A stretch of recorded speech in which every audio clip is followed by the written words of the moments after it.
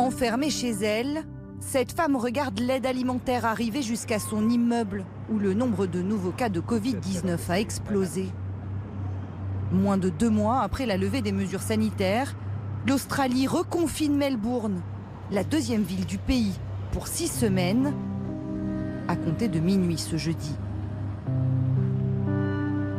Dans tout l'État de Victoria, les déplacements sont strictement limités. 5 millions de personnes sont concernées.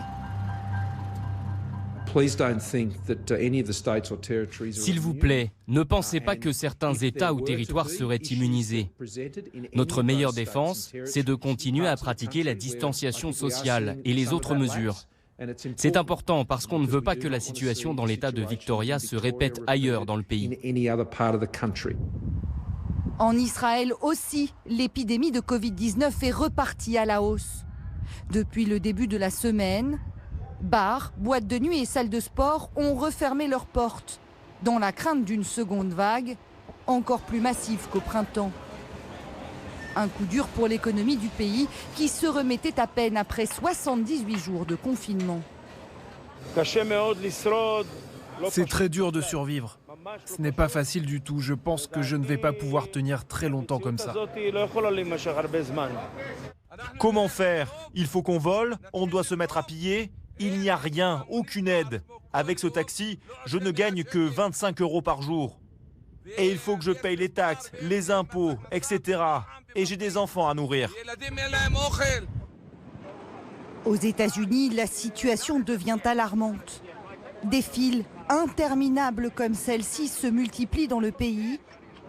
Des centaines de milliers d'Américains qui ont perdu leurs emplois et dépendent de la distribution d'aide alimentaire. C'est ahurissant de voir à quel point tous ces gens en ont besoin, mais d'être là pour les aider à se remettre sur pied, surmonter cette période difficile, ça fait chaud au cœur. Les États-Unis, le Brésil, le Royaume-Uni et l'Italie sont les 4 pays les plus touchés. À eux seuls, ils cumulent plus de la moitié du demi-million de décès dus à la Covid-19 dans le monde. L'épidémie est loin d'être maîtrisée. En Europe, de nombreux clusters ont été identifiés. Ils ont parfois nécessité la mise en place d'un reconfinement localisé ou de mesures sanitaires.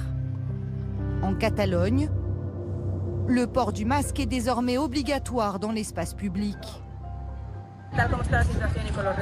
Vu l'état de la situation avec les regains de cas, il est logique de porter un masque. Parce qu'on ne peut pas être sûr de pouvoir respecter la distanciation d'1,50 m ou 2 dans les rues étroites. Donc c'est logique. Mais parfois, les annonces sont mal acceptées. En Serbie, des milliers de manifestants ont exprimé leur colère après l'annonce d'un couvre-feu. Une soixantaine de blessés parmi les policiers et la population. Les violences ont finalement fait reculer le président. Sans état d'urgence, vous ne pouvez pas mettre en place un couvre-feu. Mais avec notre équipe, nous pensons qu'il y a une autre possibilité. C'est pourquoi nous déciderons d'introduire d'autres mesures, mais sans couvre-feu. Très critiqué depuis le début de la crise, l'OMS a décidé de lancer une évaluation de sa gestion de la pandémie.